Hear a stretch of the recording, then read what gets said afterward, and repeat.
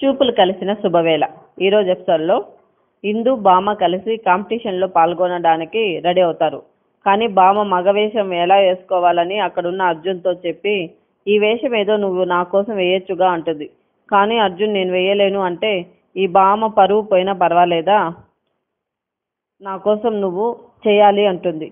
మరోపక్క హిందూ స్టేజ్ పైకి వచ్చి బామ రాకపోవడంతో ఒకవైపు భయంతో మరోవైపు పర్ఫార్మెన్స్ ఎలాగో అలాగా చేయాలని మొదలు పెడుతుంది. కానీ అక్కడ ఉన్న కొంతమంది హేళన చేస్తారు. ఇంతలో స్టేజ్ పైకి అర్జున్ రావడంతో నాటకం మొదలై, ఆ నాటకంలో ఇద్దరు ప్రేమికుల కథ అవడం వల్ల ప్రియుడు రాకపోవడంతో ప్రియురాలు అంతకుముందే వాళ్ళ నాన్న స్వీట్స్ విషం కలిపి ఉన్న స్వీట్ తినేసి చనిపోతుంది. అప్పుడు ప్రియుడు వచ్చి నువ్వు లేని జీవితం నాకొద్దు అని తను కూడా స్వీట్స్ తిని చనిపోతాడు. ఈ నాటకం అయిపోతుంది. అందరూ మెచ్చుకుంటారు. కానీ శ్యామ్ మాత్రం కోపంతో రగిలిపోతూ ఉంటాడు.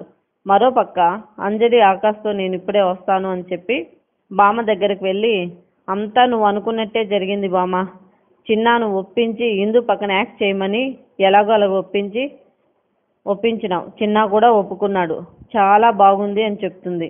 ఇంతలో అర్జున్ స్టేజ్ నుంచి రూమ్లోకి వెళ్ళిపోతాడు. ఇందు కమ్మ అర్జున్ షర్టుకు తగులుకొని ఉండడంతో అది చూస్తూ ఉంటాడు.